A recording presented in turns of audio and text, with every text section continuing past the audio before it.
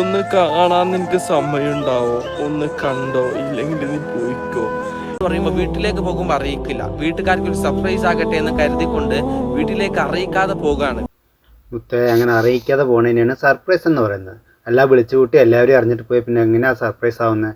Surprise എന്ന് പറയുമ്പോൾ ആരെയും അറിയിക്കാതെ അവർ അൺഎക്സ്പെക്റ്റഡ് ആയി പോകുന്നതാണ്. വീടിന്റെ സമയത്ത് എത്തുന്ന സമയത്ത് ബാക്കിൽ ഒരു ക്യാമറ പിടിച്ചിരിക്കും.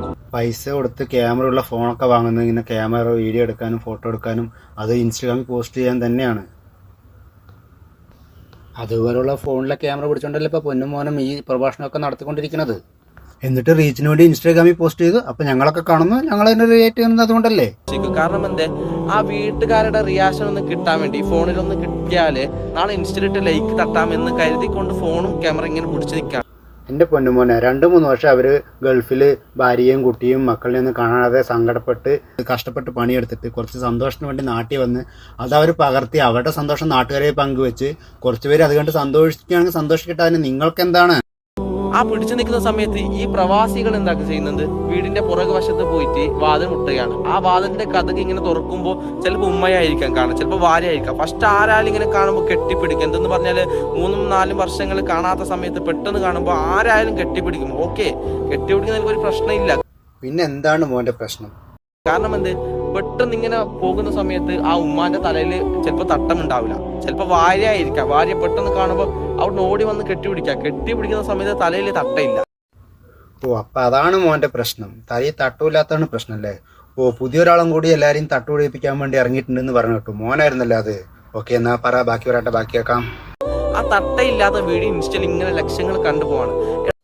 ഒരു പ്രായമായ ഉമ്മാൻ്റെയോ ഭാര്യയുടെയോ ഒരു ചെറിയ കുട്ടിയുടെയോ മുടി കുറച്ച് പുറത്ത് കാണുമ്പോഴേക്കും എന്താണ് നിങ്ങൾക്കൊക്കെ ഇത്ര പ്രശ്നം? എൻ്റെ അള്ളാഹുവിൻ്റെ സിംഹാസനം അടർന്ന് വീഴുമോ കുറച്ചും കൂടി പുറത്ത് കണ്ടാൽ? എടാ, ഉമ്മമാർ ഇന്ന് ഒത്തു കൊടുക്കാണ് ആ വീട് ഇടാൻ വേണ്ടി. കാരണം ഇത് ഉമ്മമാരോട് എനിക്ക് മെയിൻ പറയാനുള്ളത്, ആ തലയിലേക്ക് എടുക്കുന്ന മുടിയുണ്ടല്ലോ, അത് ഔറത്താണല്ലോ. മദ്രസയിൽ ചെറിയ പ്രായത്തിൽ പഠിക്കുന്നതാണ്. ഇതൊക്കെയാണ് മദ്രസയിൽ പഠിപ്പിക്കുന്നത്, സദാചാരമാണ് പഠിപ്പിക്കുന്നല്ലേ? അന്യൻ്റെ വീട്ടിലോട്ട് എത്തുന്ന നോക്കുക, അവർ തട്ടോടുന്നുണ്ടോ ഇല്ലയോ, ആരൊക്കെ തട്ടോടുന്നുണ്ടോ ഇല്ല എന്ന് പഠിപ്പിക്കലാണോ മദ്രസയിൽ ചെയ്യുന്നത്?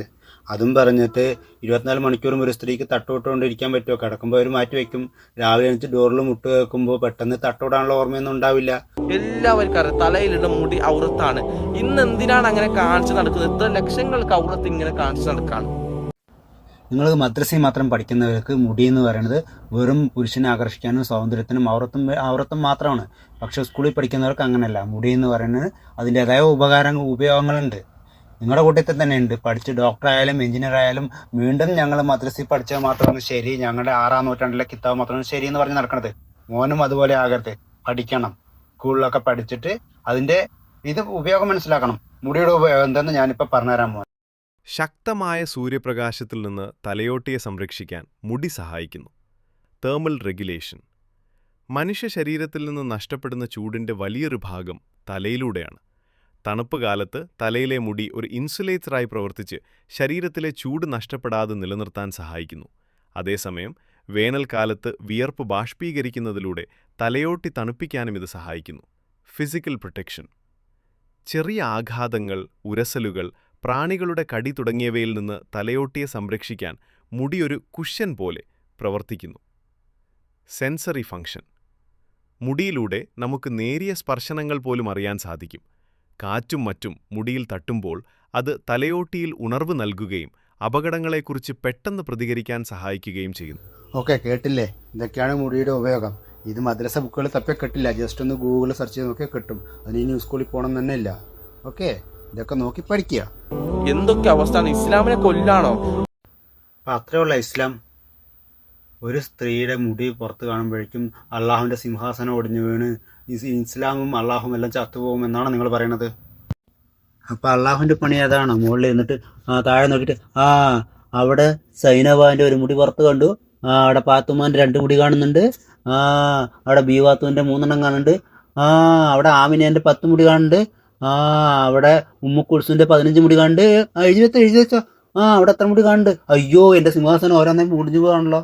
അയ്യോ, എൻ്റെ ഇസ്ലാം ഇപ്പോൾ ചാവുകേ എന്ന് പറയലാണ് അള്ളാഹിൻ്റെ പണി.